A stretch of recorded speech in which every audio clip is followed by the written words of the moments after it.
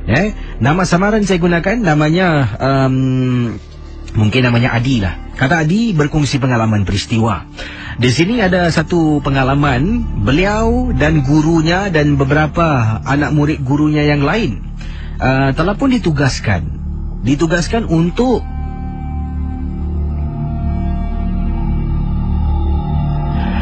kebumikan mayat seorang dukun di kampungnya. Saya mohon maaf, kampungnya saya tak dapat sebutkan sebab disuruh saya rahsiakan. Jadi ini berlaku di luar Singapura. Mungkin di rumah kampung, mungkin di bandar. Dan guru ini dengan anak muridnya, saya tengok ada tak berapa tulis sini ini dia. Guru dan anak muridnya seramai 4 orang. Jadi termasuk gurunya 5 orang lah. Telah pun ditugaskan untuk kebumikan mayat seorang dukun di sebuah kampung. Saya tak pasti kenapa mereka ditugaskan sebab tak dijelaskan dalam kiriman email ini. Tapi apa yang saya pasti, kisah yang saya terima ni, apabila mayat tu dah dikebumikan, dah ditanam, gurunya baru teringat. Jadi mereka kebumikan mayat itu selepas Zohor. Selepas Zohor seramai 5 orang, tak ramai tak ada orang lain ikut. Mereka berlima saja mengusung mayat tu pergi ke tanah perkuburan. Dah liang lahat tu dah tersedia ada. Dimasukkan mayat tu dalam liang lahat, kemudian biasalah ditutup, dibacakan talqin dan sebagainya, baru mereka pulang.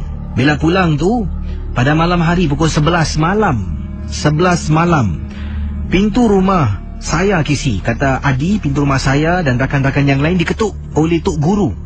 Jadi kami terbangun tanya kenapa. Dia kata ada masalah besar. Masalahnya apa? Kamu ikut aja. Jadi saya dengan lagi 3 sahabat dengan Tok Guru sama 5 orang telah pun pergi ke tanah perkuburan yang kami tanam malam tadi, Tok Dukun yang meninggal tu. Jadi kami korek gunakan cangkul, sambil korek tanya kenapa. Dia kata mengikut apa yang dia belajar, ikatan Tok Dukun itu harus dilepaskan, kalau tidak akan mengganggu penduduk-penduduk kampung. Jadi saya pun sedang cangkul ni, kenapa nak kena buka? Mesti kena buka ikatannya, kalau tidak akan diganggu penduduk kampung. Dan setelah kami, katanya di sini, setelah kami gali, mayatnya masih lagi terbaring Kisi dalam liang lahat. Jadi kami pun buka ikatan tersebut. Bila buka semua dah ditanam, kemudian kami tinggalkan kawasan itu penuh kaki, kasut, baju dengan tanah liat Kisi. Dalam perjalanan tanya, dia kata kalau tidak nanti seolah-olah si mati tu bukan bangkit lah, tetapi si mati tu akan menyerupai sesuatu mengganggu penduduk kampung. Jadi itulah alasan penjelasan yang diberikan oleh Tok Guru. Jadi kata Adi, saya pun pulang, kami semua pulang. Lat beberapa hari, masuk hari Khamis malam Jumaat. Kecoh kampung yang saya tinggal Kisi. Penampakan pocong yang menyerupai wajah Tok Dukun yang meninggal dunia. Betul Kisi. Tanya semua orang kata macam tu. Dan Tok Guru saya ni rasa muskil. Ikatan dah dibuka, tapi kenapa masih lagi seolah-olah makhluk itu mengganggu orang kampung? Akhirnya dipendekkan cerita, kata Adi bukan nama sebenar. Apabila tanya, Tok Guru bertanya pada mereka satu persatu, berapa ikatan yang kamu buka? Kami semua kata 4. Walhal ada 5 ikatan Kisi yang harus dibuka. Terpaksalah kami korek. Dan ini berlaku selepas lebih kurang sebulan mayat itu dikebumikan. Bila korek Kisi, terperanjat Kisi, dalam masa sebulan mayat hanya tinggal tulang. Yang hairan, rambutnya masih ada, panjang sangat dan penuh dengan semut api dalam liang lahat yang dimaksudkan. Tok Guru saya lah yang menjadi orang yang terakhir membuka ikatan yang kelima. Dan barulah selepas bulan itu, kejadian gangguan dalam kampung, penampakan pocong yang menyerupai si mati tidak kelihatan. Terima kasih dan selamat tengah malam Kisi. Jadi itulah. Adakah benar orang meninggal itu kena buka ikatan? Saya mohon pada pengirimnya, bukan nama sebenar Adi. Anda tahu siapa diri anda, mungkin sedang mendengar sekarang ini. Boleh tak anda jelaskan pada saya, kenapa harus dibuka ikatan orang yang meninggal tu? Setahu saya, adakah perlu? Saya tak tahulah. Saya pun tak pasti. Adakah memang perlu untuk buka ikatan? Adakah 5 ikatan ke macam mana? 4 ke 3 ke? Kaki 1, lepas tu di pinggang 1, badan 1, leher satu, atas kepala satu. Oh, 5 ikatan lah, betul Jadi adakah benar ikatan tu harus dibuka bila kebumikan jenazah lah? Bagaimana? Dan anda, Adi, tidak beritahu kenapa? Apakah alasan sebabnya? Mungkin adakah dukun ini mempunyai ilmu yang istimewa? Mungkin dia berhubung dengan syaitan ke? Dia kata kalau selepas mati ikatan aku tidak buka, ilmu aku akan terlaksana. Macam itulah. Jadi sebab tu kena buka ikatannya supaya benda yang dihajatkan itu tidak dapat disempurnakan. Tak tahulah, ini semua dunia misteri hanya yang bercerita hanya Tuhan saja, Allah saja yang maha mengetahui lah. Datangnya daripada Encik Abdul Rahman Arifin kata, Assalamualaikum Kisi. Waalaikumsalam. Saya pernah mempunyai pengalaman. Ini berlaku di Indonesia, di salah sebuah kampung. Dan sebenarnya Kisi, pengalaman saya ni menyebabkan ataupun melibatkan seorang dukun yang telah pun meninggal dunia. Bila saya sampai itu, memang heboh cerita tentang dukun ini. Dikatakan dukun handalan. Kisi tengok, handal macam mana pun tetap nyawanya akan diambil Tuhan. Jadi dukun yang dikatakan handal ini akan mati. Tetapi yang menjadi kecoh, kerana bila dia meninggal dunia, habis Kisi. Segala yang dia simpan, yang dia pelihara akan keluar menghantui penduduk kampung. Sejauh mana kita semua tak tahu. Tetapi katanya di sini, mengikut salah seorang kiai yang saya kenal di kampung tersebut mengatakan, bila dukun itu mati, dukun itu harus ditanam dalam masa 2 jam. Kalau tidak, kampung akan menjadi kecoh. Jadi ramai Kisi, ramai orang nantikan pemergian dukun tersebut. Dan adalah cara-cara yang saya tak nak beritahu. Kiai tersebut memang tahu. Bila dukun tu mati, kiai itu dapat rasakan. Ini kerana dukun dengan si kiai ini adalah adik-beradik. Jadi akhirnya kami semua diarahkan pergi ke rumah dukun. Memang menyeramkan, rumahnya jauh daripada rumah-rumah orang yang biasa. Dan kami mendapati dukun terbaring di atas katil dengan berpakaian serba hitam. Dukun tersebut telah pun dimandikan dalam masa sejam lebih Kisi. Dimandikan, dikafan, sembahyang mayat. Macam orang Islam, diangkat, diusung mayatnya keluar. Dalam perjalanan pergi ke tanah perkuburan, sebenarnya liang lahat pun dah disiapkan. Cuma nak tinggal masukkan dan tanam. Alhamdulillah dengan bantuan kiai ini dapat dikebumikan secepat mungkin dan tidaklah ada apa-apa gangguan. Rumah tersebut telah pun segala barang-barang pusaka dibuang dan rumah itu dibakar supaya tidak ada dukun-dukun yang lain datang menuntut ilmu di rumah yang dimaksudkan. Memang Kisi kat sana, satu dukun handal mati, beribu dukun yang lain yang mungkin baru berjaya jinak akan datang ke rumah yang si mati ini untuk mendapatkan saka jin yang dipelihara mendampingi mereka. Terima kasih dan selamat tengah malam. Pendengar Ria 897 FM. Saya akan bacakan kiriman email ini. Adalah kiriman email dari seberang. Seberang mana? Seberang tambak, seberang laut. Biar saya rahsiakan. Tapi ini pengalaman di salah sebuah kampung yang diceritakan. Sedikit sinopsis lah sebab emailnya panjang sangat ni. Ada beberapa muka surat. Dan awal tadi saya dah menderas dan membaca dan memahami apakah mungkin isi kandung kisah yang bakal diketengahkan. Ini melibatkan sebuah rumah kampung. Rumah kampung ini adalah rumah yang didiami oleh seorang dukun yang dikenali di kampung itu. Dikenali mungkin ada penduduk-penduduk kampung. Dalam luar kampung pun ada yang datang. Datang minta macam-macam lah. Minta nak kaya lah. Ada datang nak minta zuriat. Datang minta ilmu pengasih. Datang minta macam-macam cara lah. Tapi benda-benda yang salah lah. Jadi inilah kerja dukun ni. Seorang makcik yang tinggal di salah sebuah kampung di seberang. Dan ada juga yang memang tak suka dengan dukun ini. Sebab kerana dukun inilah, mengikut kisah ini kerana dukun inilah kampung mereka pada malam-malam tertentu akan menjadi kacau bilau dan menakutkan. Dan apa yang berlaku? Ini dia pengalaman yang ingin diceritakan. Datangnya daripada mana ni Nasriah berkongsi pengalaman. Nasriah berkongsi pengalaman. Datangnya email ini dari seberang. Dan pengalaman Nasriah, Abah Nasriah ni adalah seorang Pak Imam. Pak Imam kampung yang dimaksudkan. Saya tak nak sebut nama kampungnya, negeri mana. Tapi Nasriah ayahnya imam dalam kampung. Jadi mungkin kalau ada kematian, urusan jenazah akan dilakukanlah. Dijemput, selalunya akan dijemput ayah Nasria ni, dan kata Nasria ayahnya akan menghadirilah menguruskan jenazah. Dan banyak perkara juga akan diuruskan. Beliau juga akan menjadi imam lah di surau kecil yang terdapat di kampung tersebut. Dan ayahnya juga telah pun menerima banyak teguran. Ada orang kata ayahnya berpakat dengan dukun. Sebab ramai orang komplainlah, datang buat aduan, kenapa tak halau dukun tu keluar dari kampung. Tapi bukan kerja yang mudah.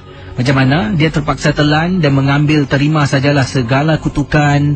Kadang-kala orang sampai memandang serong terhadap ayahnya, sampaikan ada juga yang ingin memecah belahkan, yang mengatakan ayah Nasria ni adalah pak turut kepada si dukun ni.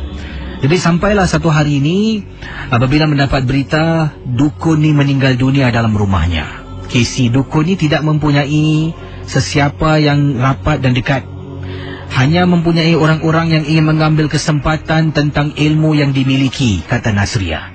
Bila dapat berita dukun meninggal dunia, katanya ayah Nasria telah pun kunjungi rumah dukun dengan Nasria. Mereka berdua anak beranaklah jalan ke rumah tersebut. Jadi bila sampai rumah tu, ayahnya beri salam sebelum masuk dan kemudian membaca sesuatu yang tak boleh saya beritahu anda. Dan apa yang berlaku pada pendengar Ria 897 FM? Apa yang diketengahkan sini, ingat semua kisah hanya satu hiburan, tidak ada sesiapa yang boleh mengesahkan kebenarannya. Apa yang berlaku apabila Nasria dan ayahnya mengunjungi rumah dukun tersebut, dukun wanita, memang sah. Memang sahlah. Dukun tu dah mati, dah meninggal dalam rumah. Terlihat mayat si dukun terbaring di antara pintu dapur dengan pintu di ruang tamu. Tengah-tengah tu dukun tu baring. Tak tahu kenapa. Mengikut Nasria di sini, beliau tak tahu kenapa mati dalam keadaan sedemikian rupa. Antara pintu dapur dengan ruang tamu.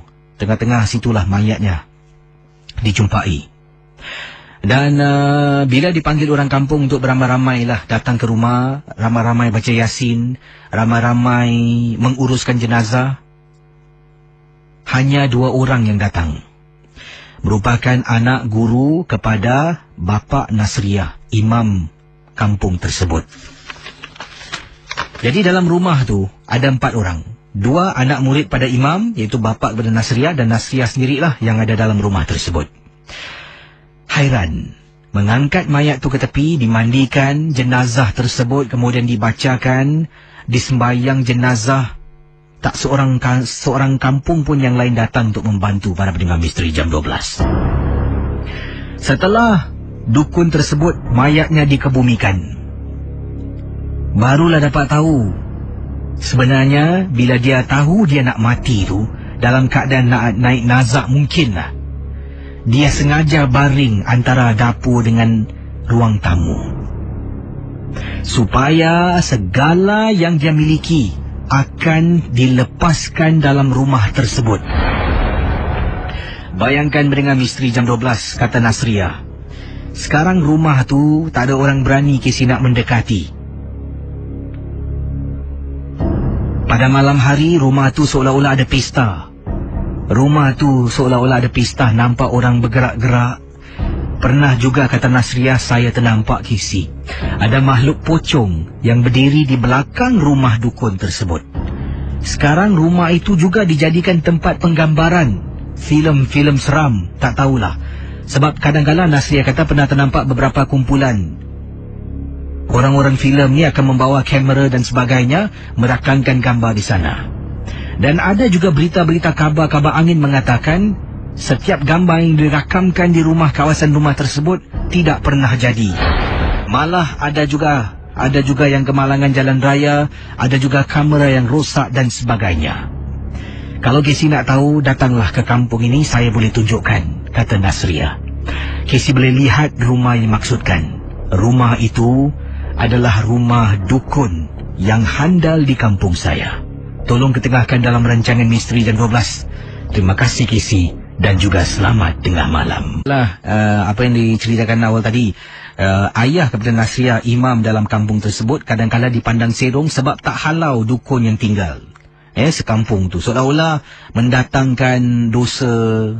Dan sebenarnya bukan mudah, bukan satu kerja yang mudah. Ia juga akan memudaratkan mungkin Pak Imam ini. Dan yalah, walaupun orang tu jahat pun kita kena buat cara yang baik lah. Caranya macam mana, itu saya tak pastilah.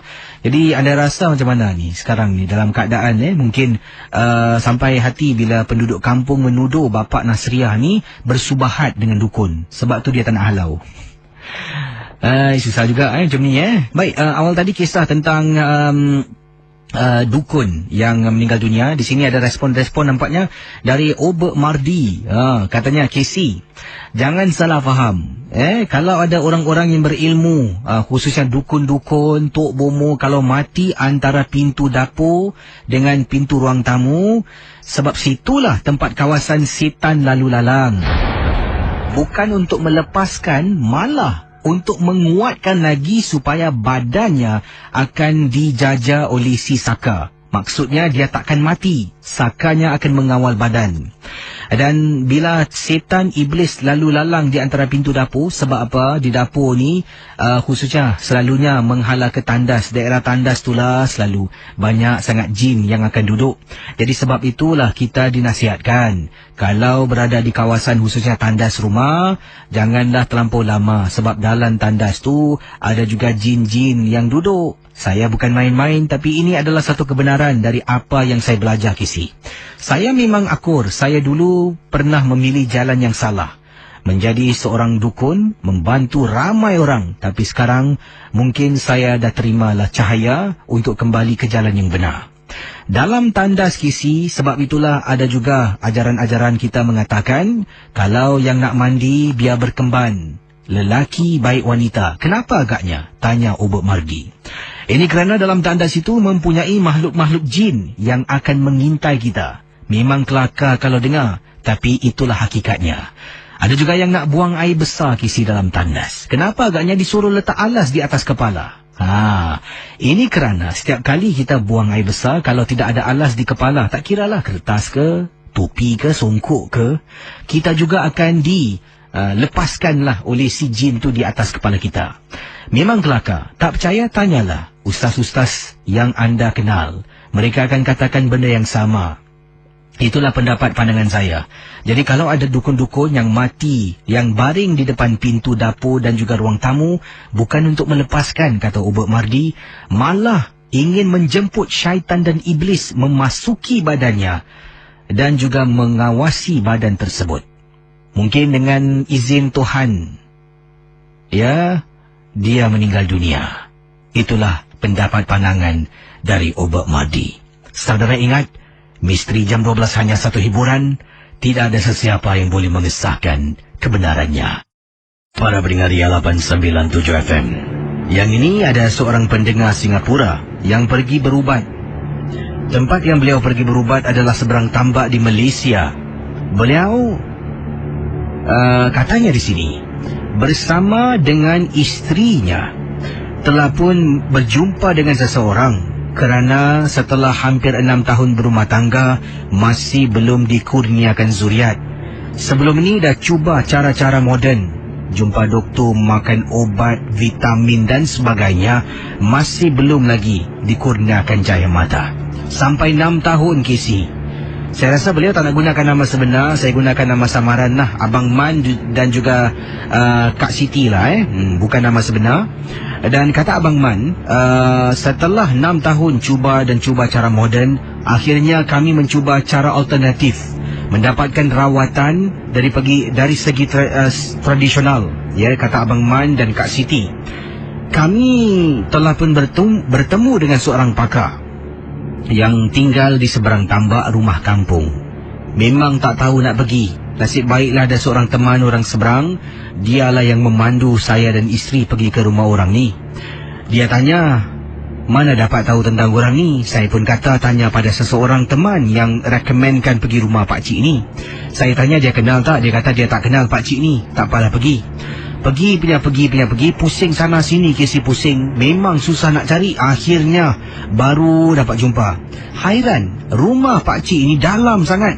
Saya tak nak sebutkan nama kampung manalah seperti apa yang tertera di depan email saya ni. Tapi katanya kampungnya dalam sangat. Kalau nak masuk dalam kampung tu, harus menembusi hutan yang tebal. Sebelum tu ada beberapa rumah-rumah yang lain. Tapi dalam sekali rumah pakcik ni seorang saja. Jadi saya dengan isteri pergi. Kata teman saya, kalau nak pergi rumah pakcik ni, teman di Singapura lah yang rekomenkan pakcik ni, jangan pergi waktu siang, waktu petang. Katanya datang waktu malam selepas waktu maghrib. Jadi saya tak tanya kenapa, saya dengan isteri pun sampai. Bila sampai rumah pakcik ni dah 10 malam. Sebab tadi awal kita pusing. Akhirnya jumpa. Bila sampai depan rumah pakcik ni, teman saya kata dia tak nak masuk lah. Dia duduk luar dalam kenderaan. Jadi saya dengan isteri masuk. Kita masuk. Baru saja nak ketuk pintu beri salam, pakcik tu buka pintu. Masuk. Saya dengan isteri masuk dalam. Rumahnya Casey, bau. Masuk dalam aja dah bau kemenyan. Tak henti-henti bau kemenyan. Kuat sangat Casey.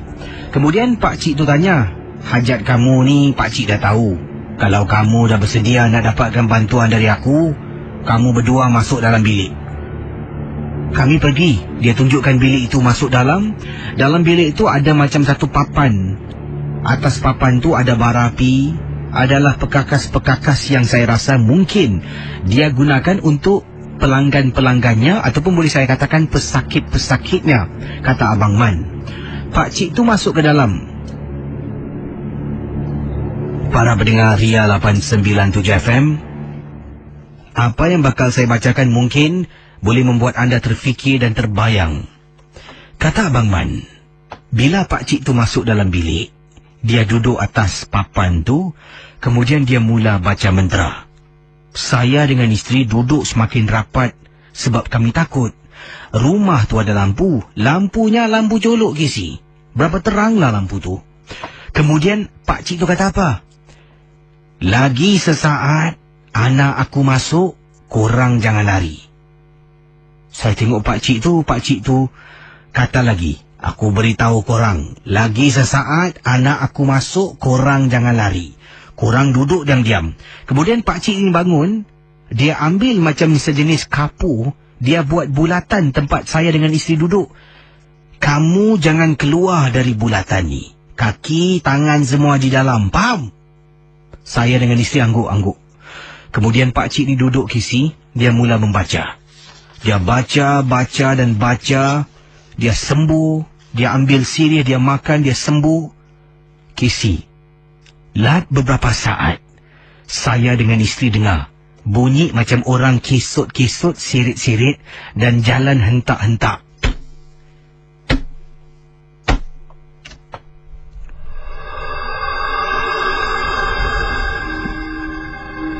Isteri saya toleh. Bang, tengok belakang, bang. Bang, tengok belakang. Casey, bila saya toleh belakang, punyalah terperanjat Casey. Tak tahulah tu anak ke makhluk pakcik ni pelihara. Benda tu jalan terkesut-kesut Casey. Masuk dalam bilik. Kemudian apa yang dia buat? Dia buka mulut, jelikan lidahnya. Pakcik ni ambil sesuatu dari dalam mulutnya, kemudian masuk ke dalam botol. Benda ni merangkak keluar balik. Saya dengan isteri pejam mata sepanjang-panjangnya setelah nampak benda tu merangkak keluar. Tak tahu apa yang berlaku. Pakcik tu bila saya buka mata berdiri di depan saya dengan isteri. Kamu ambil ni. Ingat, dia jelaskan cara macam mana nak gunakan yang saya tak nak ceritakan. Saya dengan isteri kasih duit Casey, RM200 sebagai pengeras. Kemudian saya keluar. Teman dekat luar sedang tunggu. Saya dengan teman naik kereta dengan isteri terus pulang ke rumah ke Singapura. Teman tanya nak makan. Tak nak. Kami berdua suami isteri balik rumah. Sepanjang perjalanan kami diam. Sahabat saya tanya apa jadi. Tak boleh bercakap Casey, terlampau takut. Sampai Singapura, saya ambil benda tu, saya buang dekat laut. Kita tak gunakan pun langsung Casey. Saya menyesal kerana memilih jalan yang salah. Para pendengar Ria 897, Dengan berkat sabar dan doa, tahun yang ke-7 saya dapat anak saya yang pertama. Bukan satu malah 2 anak kembar perempuan dengan izin Allah. Saya memang kesal. Kata Abang Man dengan isteri, kami berdua taubat kisi. Taubat nasuhah, tidak ingin melakukan perkara keji ini lagi. Agaknya apa yang benda tu nganga pakcik tu ambil dari dalam mulutnya. Dia macam tak tahulah macam mana dia buat tapi dia kata sini saya nampak benda tu buka mulut dan pakcik ambil sesuatu dari dalam mulutnya. Di sini ada katanya, peringatan, sesaat lagi anak aku masuk, korang berdua jangan takut. Kalau anak dah masuk entrance macam tu, berangkat kesut-kesut, siapa yang tak takut Tapi tak tahulah. Yang penting, kalau tak ada, jangan pilih cara macam tu. Dangerous maximum. Pendengar 897 berikut ini dari kiriman email ingin saya bacakan dari pendengar kita bernama Saifuddin, berasal dari Melaka di Malaysia. Dan Saifuddin menceritakan tentang pengalaman beliau. Sebenarnya ternampak kakak bertinggi, kakak Cik Kak Fatimah Rockers, macam nama diberikanlah, Pontianak dan sebagainya. Dan ini semua adalah kata nama khas yang dicipta oleh siapa? Oleh kita manusia. Jadi pengalaman beliau sebenarnya, kisah yang diceritakan ini berlaku tahun 2007. Ni dah 2011, lebih kurang 4 tahun yang lalu lah. Dikongsi sama oleh Saifuddin. Masa tu kisi saya duduk di rumah kampung kakak saya sebelum saya mendapat kerja dan berpindah ke bandar. Pengalaman duduk di rumah kampung kakak ni memang menakutkan. Beberapa kali saya pernah balik daripada kedai sekitar pukul 11 malam menunggang motosikal saya. Apabila terpandang rumah jiran sebelah rumah kakak saya ni, rumah kampung. Bila terpandang di atas bumbung rumah jiran sebelah ada orang sedang duduk menyangkung. Pada mulanya saya fikirkan tuan rumah kisi mungkin nak betulkan atap zinc yang bocor dan sebagainya. Saya pun tak indahkanlah. Memang tak ada perasaan takut. Jadi beberapa hari kemudian nampak benda yang sama kisi di atas bumbung rumah menyangkung. Kemudian bila saya toleh, yang memeranjatkan saya, bila saya nampak benda ni, sekali saya lalu, dia sedang duduk menyangkung. Dah lepas rumah tu saya toleh lagi nak tengoklah. Benda tu hilang sekelip mata. Jadi dari situlah timbul rasa takut dan ingin tahu.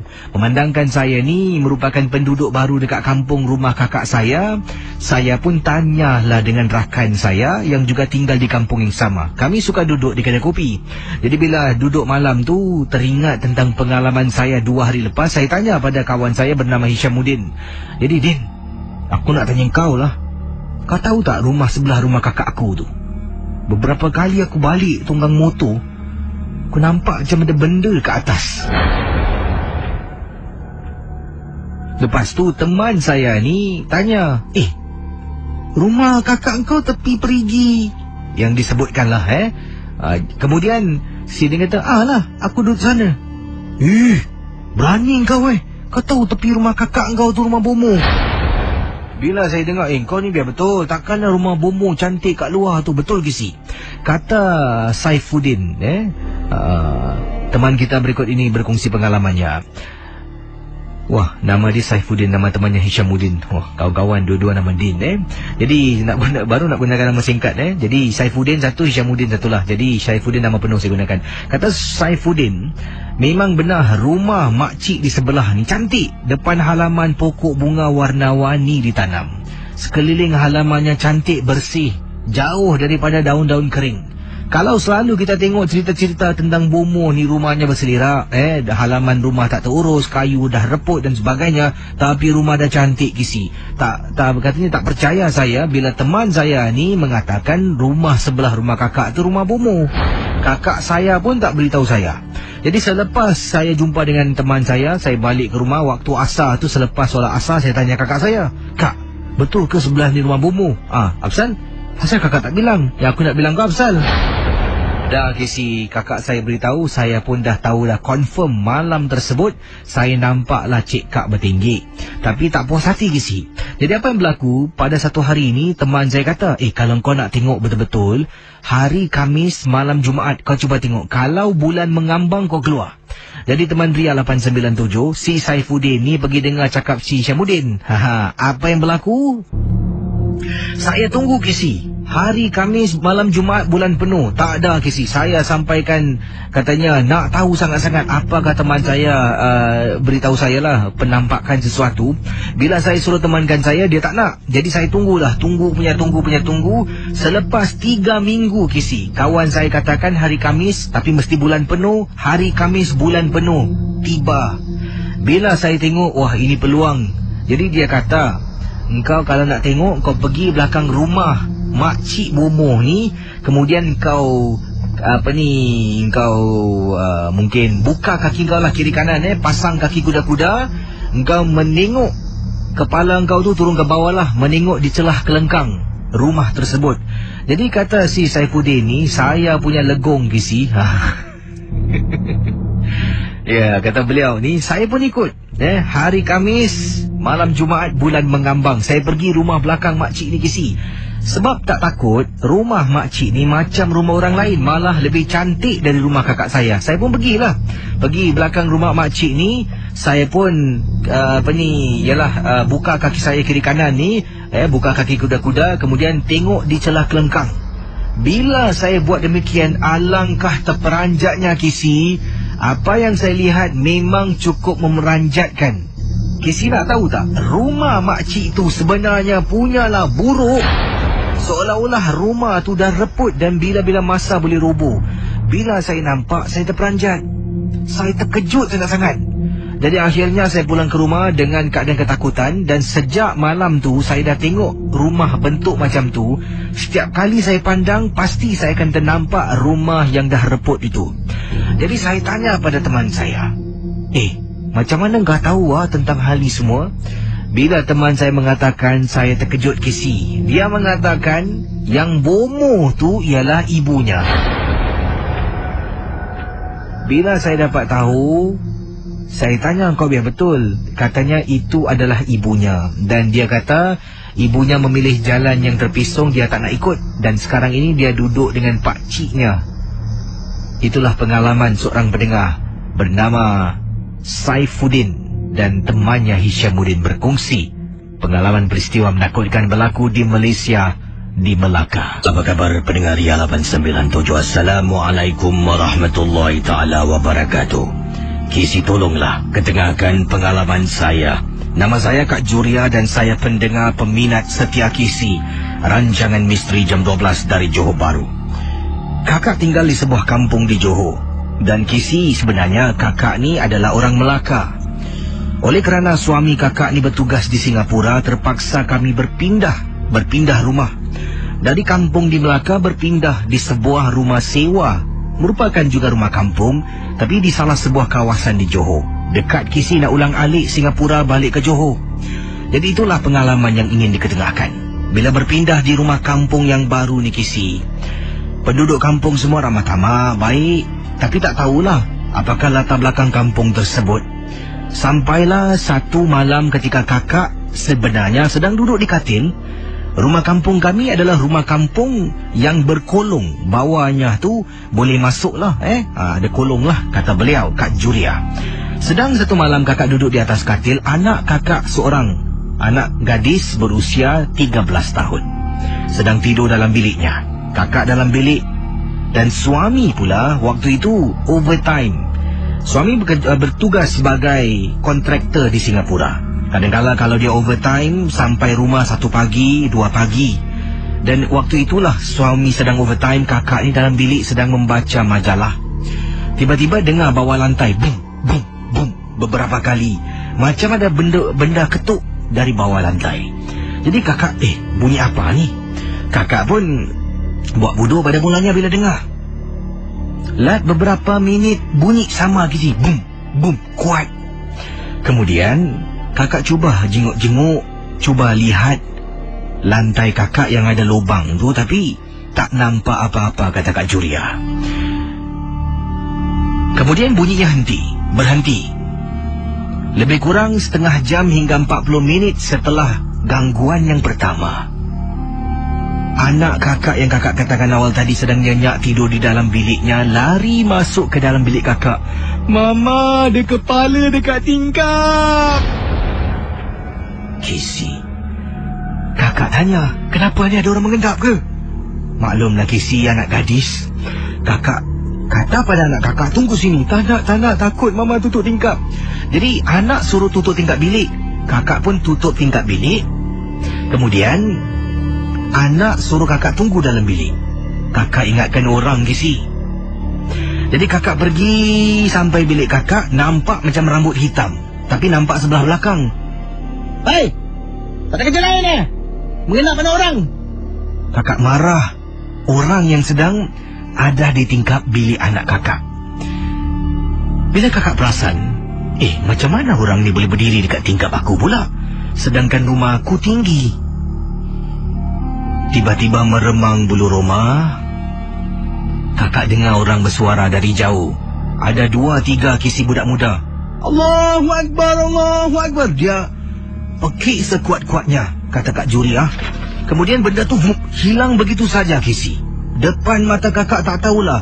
Kakak tak kelip mata tapi dia hilang. Tak nampak dia bergerak, tak nampak dia ke mana pun. Dia hilang begitu saja.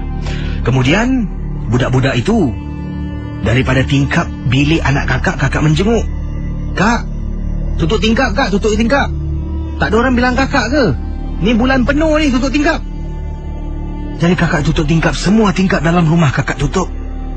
Keesokan harinya kakak berkesempatan berjumpa dengan salah seorang budak yang kakak terserempak. Jadi kakak tanya, semalam apa jadi yang kau suruh tutup tingkap? Ada pencuri perompak kampung ni Kak, tak ada orang bilang kakak ke? Setiap bulan mengambang kampung ni kak. Dukun yang tinggal ujung tu lepaskan penanggal. Bila kakak dengar, kakak dah beranjak Casey. Tapi kakak tak pasti yang kakak nampak tu kepala tanpa badan. Sebab kakak hanya nampak seolah-olah macam kepala dari belakang saja. Bila dengar berita tersebut, kakak terus kata pada suami, pindah ke bandar. Kalau tidak, kakak tak nak duduk sini. Suami dapat pindah. Selepas sebulan duduk di kampung, rasanya tertekan sangat-sangat. Sekarang ini dah jauh dari kampung ... Dan hidup di bandar ni lebih selesa. Walaupun kos tinggi, tapi lebih aman dan selesa. Terima kasih. Selamat tengah malam Casey. Dari Kak Juria, Johor Bahru. Halo. Hai, apa khabar Cik Zainal? Ya, saya Cik Zainal ni. Saya nak cerita pengalaman saya. Tentang apa ni? Masa tentang saya beri kakak ipar. Dia asal orang Indonesia ni. Dia Indonesia. Tapi yang heran ni, dalam family saya, semua dia boleh kenakan benda-benda yang aneh. Yang aneh lah. Satu kali saya pernah nampak kat ujung kepala dia ada benda yang pelik. Benda yang hitam. Itu yang dua bertanduk tu saya pernah nampak tu. Itu saya tanya dia percaya yang apa, bomo, mandi bunga, mandi limau. Itu saya banyak dia. Bila pak saya suruh dia solat, dia tak nak solat. Habis baca Yasin, dia tak baca, dia main-mainkan. Dia asal orang Katolik.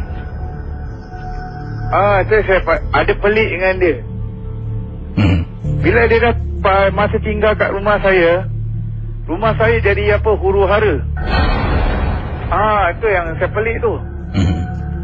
Bila pak yang dia tinggal, dia kata rumah saya dah hantu. Saya bilang, awak yang bawa hantu, bukan rumah je saya bawa hantu. Tu lah saya bilang ada. Kau cuba kau tengok diri kau dulu, kan dengan kat cermin tu. Kau tengok kau ada piara hantu tak?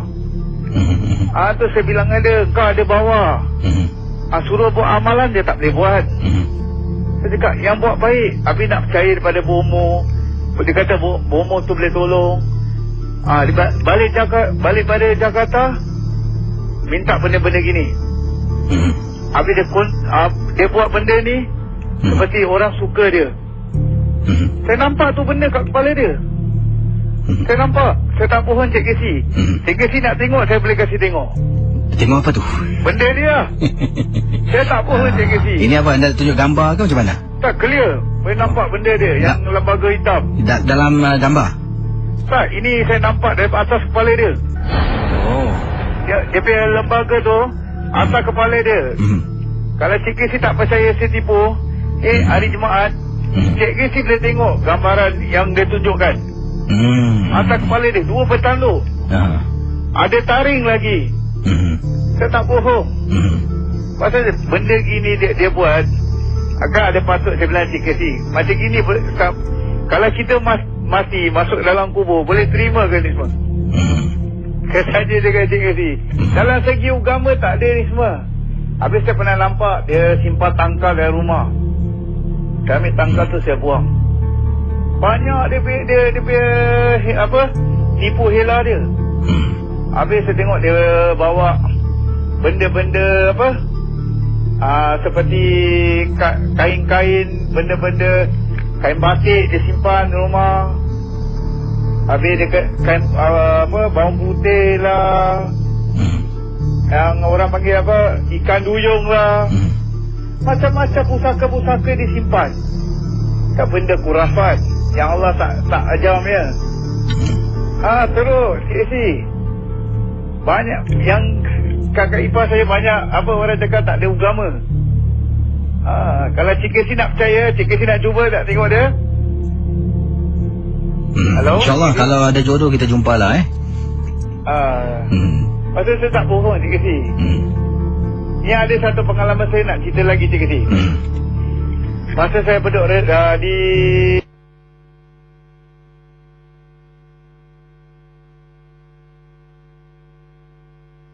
nampak satu puntianak Cik Casey. Clear. Saya naik basikal. Anda nampak apa tadi anda kata? Pontianak. Pontianak. Oh, dia dalam mana? Terbang ke, duduk ke? Kapak maki story. Dekat kapak. Oh. Okey. Pukul 3 pagi kita riding Tengah riding ramai-ramai. Tengah riding, kali betul-betul dekat atas tu. Saya ingat siapa lempar pasir. Kali betul tengah jongak dekat atas Dan kawan-kawan saya semua cabut. Nampak Pontianak tu kat atas. Tempat ni sejarah. Saya tak bohong. Ini yang saya cerita ni semua betul Cik Casey. Kalau Cik Casey tak percaya, saya boleh tunjukkan. Ini semua cerita tak bohong. Kat sekolah pun ada, kat belakang tu. Semua daerah berdarah semua ni violent banyak orang dah jumpa. Sampai orang takut nak apa yang nak masuk tempat yang lebih tempat tu. Kawasan tu berumur boleh naik. Saya tak pernah tipu Cik Casey. Kalau Cik Casey nak jumpa, saya boleh bawa Cik Casey. InsyaAllah Terima kasih Cik Casey. Kembali. Berikut ini adalah kisah yang ingin diketengahkan. Ini email saya nak bacakan daripada Puan Sulastri. Kata Puan Sulastri, saya pernah Casey. Ini waktu ini, ini lama sekitar tahun 80-an. Saya nak beli sebuah rumah. Dan lazimnya bila saya nak beli rumah ni, ini adalah pembelian rumah saya yang ketiga. Kata Puan Sulastri. Jadi untuk rumah yang pertama, rumah yang kedua, saya selalu tanya pendapat jiran-jiran tentang bekas tuan rumah ini. Jadi rumah yang ketiga yang saya nak beli ni, kata Puan Sulastri, saya bertanya kepada 2 orang jiran. Dua-dua orang Melayu kita, Casey. Saya tanya, awak kenal pemilik rumah ni? Kedua-duanya memberitahu mereka kenal. Pemilik rumah ni adalah Tok Bomo, yang menjalankan banyak sangat kerja-kerja membantu orang-orang tertentulah yang nakkan jalan ringkas untuk mencapai kebahagiaan hidup. Faham-faham je lah ya. Jadi jiran yang kedua pun sama, memberitahu perkara yang sama. Tapi entah macam mana Casey, selalunya saya akan dengar kata-kata jiran ni dan saya akan pertimbangkan. Tapi setelah saya tanya jiran sebelah 2 orang ni, waktu tu saya sedang tunggu ejen datang nak bawa kunci. Saya datang terawal sedikit. Jadi sempatlah saya naik atas, saya ketuk pintu. Waktu tu saya ketuk pintu, jiran yang pertama tu buka pintu dan saya tanya. Sebab saya kata nak berpindah kat sini, saya nak tanya tentang rumah ni. Jadi dia pun cakap berceritakan. Jiran kedua kebetulan nak pergi ke rumahnya, dia keluar rumah sedang nak jemur baju. Saya pun tanya tentang rumah. Yang dia katakan sama Casey, rumah bekas Tok Bomo. Jadi bila ejen saya datang Saya pun, kata Puan Sulastri, masuk ke dalam rumah tersebut. Bila saya jejakkan kaki dalam rumah itu, bayangkan para pendengar, apa yang dikatakan oleh kedua-dua jiran tidak saya indahkan. Malah saya terus berkenan dengan rumah yang dimaksudkan. Kisi, saya masuk saja dalam, diri di ruang tamu, saya toleh tengok ejen, bayangkan. Saya kata pada ejen saya, okey, saya rasa saya nak rumah ni. Ejen terperanjat, selalunya banyak soalan-soalan yang akan ditanya. Jadi nak tak nak, ejen pun keluar, saya pun tersenyum sebab dah mudah pilih rumah. Kemudian, beberapa hari setelah saya sign, semua dah siap lah. Tinggal nak serahkan kunci pada saya. Saya datang lagi dengan ejen rumah tersebut. Dan kesi kali ini nak hidupkan lampu air. Jadi apabila ejen saya berada dalam rumah, saya berada di luar rumah ketika itu sedang tunggu suami saya datang. Jiran yang kedua datang pada saya. Dia tanya, awak jadi ke beli rumah ni? Saya jadi beli. Awak tak takut ke tinggal rumah ni, rumah bomoh tau? Apa dia? Rumah bomoh? Kisi, baru saya teringat. Yang saya beli ni rumah bomoh. Walhal bila saya sign kontrak, saya dapat kunci, saya tak terfikir pun yang saya nak beli rumah bomoh. Barulah saya teringat, tapi Kisi, nak patah balik, ibarat kata Puan Sulastri, nasi dah jadi bubur. Terpaksalah saya teruskan. Muka saya muram bila suami sampai. Suami tanya kenapa, saya tak ceritakan kenapa. Kisi, dipendekkan cerita, 2 minggu kemudian saya berpindah ke rumah yang dimaksudkan. Sampai dalam rumah meremang belu rumah Kisi. Rumah yang saya sekali pandang berkenan tiba-tiba menjadi sesuatu yang saya tak nak pun, tidak ingin, seolah-olah nak beri balik pada ejen tersebut. Malam yang pertama, saya dengan suami sedang tidur, nyenyak tidur. Suami saya kejutkan saya, terperanjat. Suami saya tidur dalam, sebelah katil ni, saya tidur bahagian luar, suami tidur bahagian dalam. Kemudian suami tiba-tiba berada di tepi katil sedang berdiri, kejutkan saya. Bu, bangun bu. Kisi, bila suami kejutkan saya, kata Puan Sulastri, saya biasalah mengantuk mata kelat. Saya tanya, bang, kenapa bang? Bu, sini ikut abang jap. Saya bangun, ibu jangan bersuara, ibu jangan cakap apa-apa Kenapa bang? Bu, diam. Kami berdua keluar dari bilik. Jalan perlahan-lahan sampai dekat setengah jalan koridor bilik, berhenti. Ibu jengukkan kepala sebelah kanan. Dekat tembok ni sofa kita, ibu tengok. Kisi, nak tahu apa saya nampak dan suami saya tadi nampak? 4 perempuan, Kisi. 4 perempuan dalam rumah sedang duduk di sofa rumah saya dengan suami. Kisi, saya nyaris-nyaris nak terpekik. Suami saya ambil tangannya tutup mulut saya.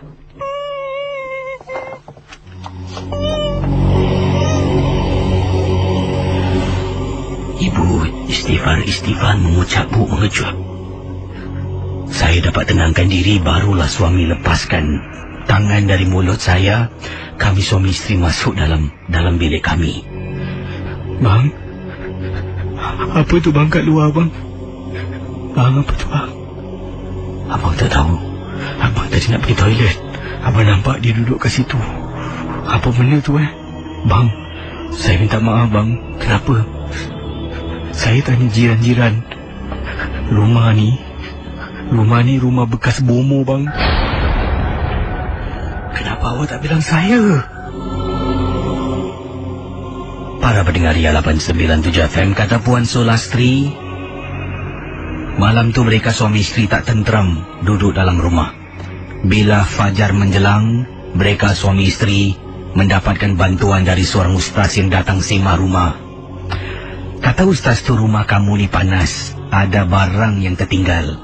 Barang, Kisi, dia kata barang yang tertinggal. Dan dipendekkan cerita, kata Puan Sulastri, Kisi nak tahu tak? Bekas penghuni lama rumah yang saya tinggal dengan suami pada tahun 80-an, Kisi.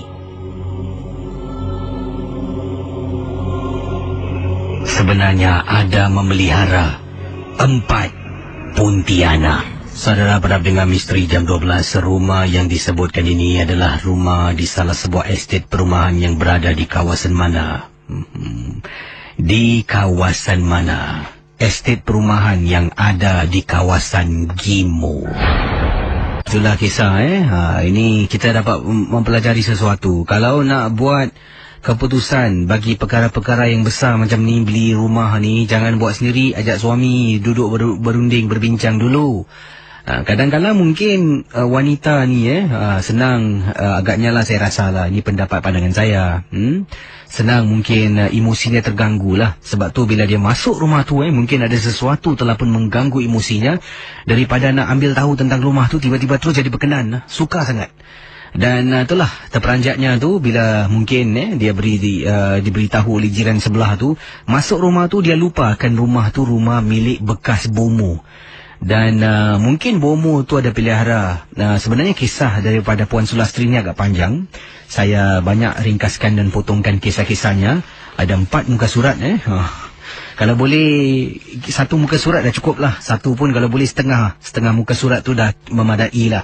Anda ringkaskan saja dan straight to the point lah. Jadi senang untuk saya ketengahkan. Tapi ini 4 muka surat, saya baca satu-satu dan fahamkan. Dan mana yang patut saya ketengahkan. Jadi ada perkara-perkara yang diceritakan di sini. Dikatakan tanya pada jiran. Jiran terkejutlah bila Puan Sulastri dah buat keputusan, malah dah dapat kunci nak memiliki rumah tersebut. Dan alangkah terperanjatnya bila sekali lagi diberitahu oleh jiran, awak betul nak beli rumah ni, ni kan rumah bekas bomo.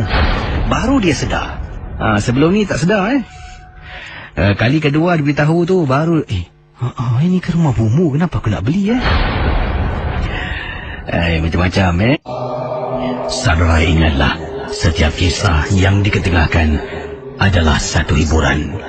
Berikut ini ada sesuatu yang ingin saya ketengahkan. Ingin saya tanya kepada anda. Pernahkah anda menelpon mungkin teman, sahabat anda, dan apabila anda sedang berbual, terkeluar sesuatu yang menakutkan? Sejauh mana kebenaran, tidaklah sesiapa yang tahu dalam rancangan Misteri Jam 12.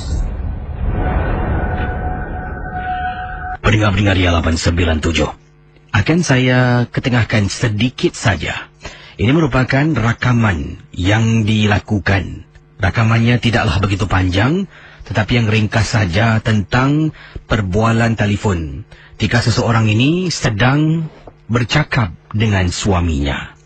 Beliau berada di rumah, dan ini adalah rakaman yang telah pun dirakamkan oleh suaminya ketika dia menelpon rumah.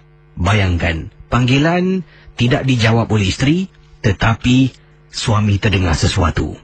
Dengan segera suami merakamkan rakaman ataupun bunyi tersebut melalui telefon Nokia yang dimilikinya. Kita dengar sedikit saja sedutan apa yang dapat suami rakamkan. Inilah dia.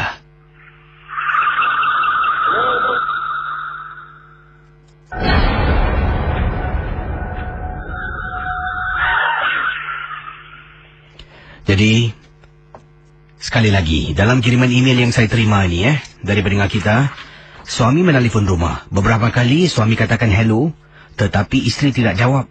Jadi, terus masuk ke dalam satu alat rakaman yang ada dalam rumahnya untuk sampaikan pesanan. Bila suami sedang bercakap, suami kata hello beberapa kali, suami dengar ada orang respon. Seolah-olah ada bunyi benda yang nyaring. Kemudian terus suami rakamkan, dan inilah klip sepanjang lebih kurang 7 saat yang dikirimkan pada saya. Dan suruh ketengahkan pada pendengar Misteri Jam 12. Ingin dia tanya, adakah dengan bunyi itu sesuatu ada dalam rumahnya? Akan saya ketengahkan kisah lebih lanjut lagi. Email yang kedua dikirimkan oleh Cik Saari tentang rumahnya. Apakah sebenarnya gangguan yang ada? Kita teruskan Misteri Jam 12. Sekali lagi saudara, kiriman yang akan saya bacakan ini, inilah rakaman yang dirakamkan. Kita dengar dengan teliti. Dirakamkan oleh seorang suami namanya Cik Saari tentang bunyi yang menakutkan dalam rumahnya. Tak panjang audio klipnya, kita dengar sekarang.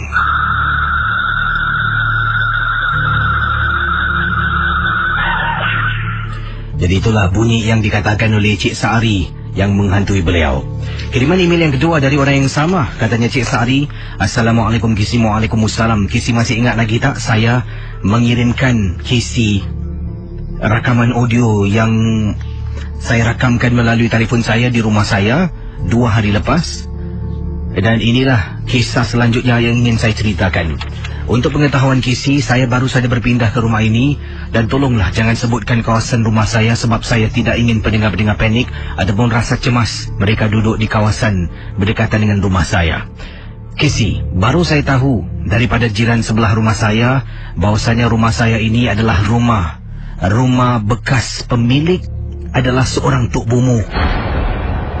Dan dikatakan di sini, tak tahulah sejauh mana cerita ni benar, tapi isteri saya yang beritahu. Isteri saya yang beritahu saya. Dan saya sampai sekarang tidak beritahu isteri saya tentang rakaman yang ada di telefon bimbit. Seorang jiran saya telah pun memberitahu yang kami telah pun membeli sebuah rumah bekas dimiliki oleh seorang bomo. Bomo ni bukan bomo tua tetapi bomo muda yang telah pun berpindah ke tempat yang lain. Dan saya tak pasti sebenarnya apakah gangguan yang saya rakamkan tempoh hari. Saya kirimkan audio klip kepada Kisi. Dan Kisi, sejauh ini tidak ada apa-apa yang gangguan yang lebih dahsyat daripada rakaman yang saya buat. Cuma kadang-kadang di waktu malam saya akan dengar orang bermain dengan air di bahagian dapur rumah saya. Saya akan dengar orang buka tutup air, buka tutup paip air. Kadang-kadang bila saya nak bangun ke tandas, saya akan nampak paip air. Air itu dibuka paip airnya dan air akan mengalir tanpa henti. Akan saya tutup. Sebelum ini saya pernah tanya isteri, mungkin terlupa. Isteri isteri mengatakan dia tidak melakukannya. Dan pernah saya marah juga anak-anak saya, tetapi mereka semua tidak tahu dan mereka memang benar-benar tidak melakukannya. Jadi benda inilah bermain dengan air, mati dan dihidupkan, dimatikan paipnya, buka tutup lah kata Encik Saari. Dan saya telah pun berjumpa dengan seseorang iaitu yang direkomendasikan oleh kawan saya, dan pakar itu hanya akan datang ke rumah saya pada hari Sabtu ini. Dan kalau apa jua berita akan saya beritahu Kisi, dan bolehlah Kisi beritahu para pendengar yang lain. Dan saya ingin pendengar-pendengar mendoakanlah apa jua yang saya kongsi. Semoga mendoakan rumah saya tidak ada apa-apa gangguan yang lebih dahsyat, hanya benda-benda gangguan-gangguan biasa saja. Terima kasih dari Saari yang berkongsi pengalaman ataupun kisahnya berkaitan dengan rumah baru dalam rancangan Misteri Jam 12. Okey teman-teman, Ria 897, saya akan putarkan sekali lagi bunyi yang dirakamkan dalam rumah Cik Saari. Minta maaf inilah klip yang sempat Cik Saari rakamkan dan inilah yang boleh saya ketengahkan sebab inilah yang saya ada. Dan sekali lagi bagi anda yang baru saja hidupkan radio anda, rakaman ini dibuat ketika Cik Saari menelefon rumahnya. Dalam rumahnya ada alat rakaman untuk tinggalkan pesanan. Dan seseorang itu katanya di sini kalau nak menjawab panggilan harus tekan satu butang ni lah, talk. Ada tertera di situ kata Cik Saari, tekan talk barulah boleh bercakap dengan orang yang menelefon. Kalau tidak, dia akan dalam record mode. Jadi apa Cik Saari cakap, dia akan merakamkan. Jadi yang saya rasa hairan ni, kalau Cik Saari cakap dia akan rakamkan, tidakkah suara itu datang dari tempat anda bertugas, bukan dari dalam rumah? Dan Cik Saari yakin ini datang dari dalam rumah, dan lebih yakin lagi bila tanya isterinya mendapat berita bahawa jiran-jiran mengatakan bomo, seorang bomo muda yang pernah tinggal di rumah yang disebutkan. Jadi kita dengar sekali lagi rakaman pendek yang menakutkan. Saya dengar pun meremang di rumah. Tak apalah, hari Khamis malam Jumaat ni hari baik. Ya, hari yang baik-baik ya. Kita dengar sekarang yang ringkas saja. Bagi anda yang takut, boleh perlahankan sedikit suara radio anda. Dan awal tadi saya dengar macam bunyi feedback. Kemudian bunyi macam orang pekik pun ada. Awak dengar nanti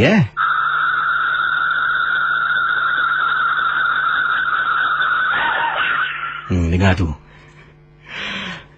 Bagaimana pendengar Ria 897? Kalau anda dapat rakamkan bunyi yang serupa dalam rumah, apakah reaksi anda? Pendengar Ria 897, kisah yang ingin saya bacakan seterusnya ini sebelum saya jawab panggilan anda. Berikut ini pengalaman yang dikirimkan kepada saya oleh seorang pendengar yang bernama Mas. Katanya ingin saya bacakan pengalaman beliau dan ini berlaku di rumah lamanya. Katanya, Mas, saya dengan suami hidup susah waktu itu. Sebelum ini kami merimpat di banyak tempat. Termasuklah hotel-hotel ataupun motel-motel yang murah. Menyedihkan keadaan lagi, apabila saya melahirkan anak yang pertama, takkan kisi dengan anak yang pertama nak duduk motel murah. Environment, memang keadaan sekeliling tidak begitu sihat dan baik. Yalah kisi tempat tu kan faham-faham ajalah. Jadi terpaksa suami dengan saya berusaha mencari sebuah rumah sewa. Suami kerja part time untuk kumpul duit supaya dapat hidup di tempat yang lebih baik daripada rumah ataupun tempat yang kami sewa motel murah. Walaupun saya ada adik-beradik yang ramai, tapi saya tidak ingin mengharapkan mereka sama sekali. Begitu juga dengan suami. Kami dua tidak ada pelajaran, jadi suami pun kerja tidak begitu baik. Saya suri rumah sepenuh masa. Sampailah kami setelah menunggu kisi beberapa tahun, telah pun diberikan sebuah rumah sewa. Saya dengan suami menangis. Kami rasa bersyukur sangat. Berpindah. Kisi bayangkan, setelah saya 2 bulan melahirkan anak yang pertama, kami berpindah ke sebuah rumah, dipanggil rumah L, rumah yang tak ada bilik. Bersyukur kisi, saya dengan suami gembira, setidak-tidaknya ada tempat berteduh. Dalam rumah tersebutlah berlakunya gangguan-gangguan. Saya bila duduk di motel, saya ini tak pandai membaca Al-Quran. Dari kecil pun tak ada pendidikan, tak pergi sekolah agama. Saya akan putarkan CD-CD surah dekat radio kecil yang saya bawa bersama kisi. Saya putarkan, saya letak tepi katil. Sejak saya mengandung ni, saya letak tepi katil supaya anak dalam perut ni akan dengar. Satu hari nanti bila dia keluar, dilahirkan, akan menjadi seorang anak yang beriman dari kami, iaitu ibu dan ayahnya sendiri. Kadang-kadang saya ambil earphone, saya letak dekat perut. Begitulah saya lakukan bila pindah ke rumah baru. Rumah ni rumah sewa.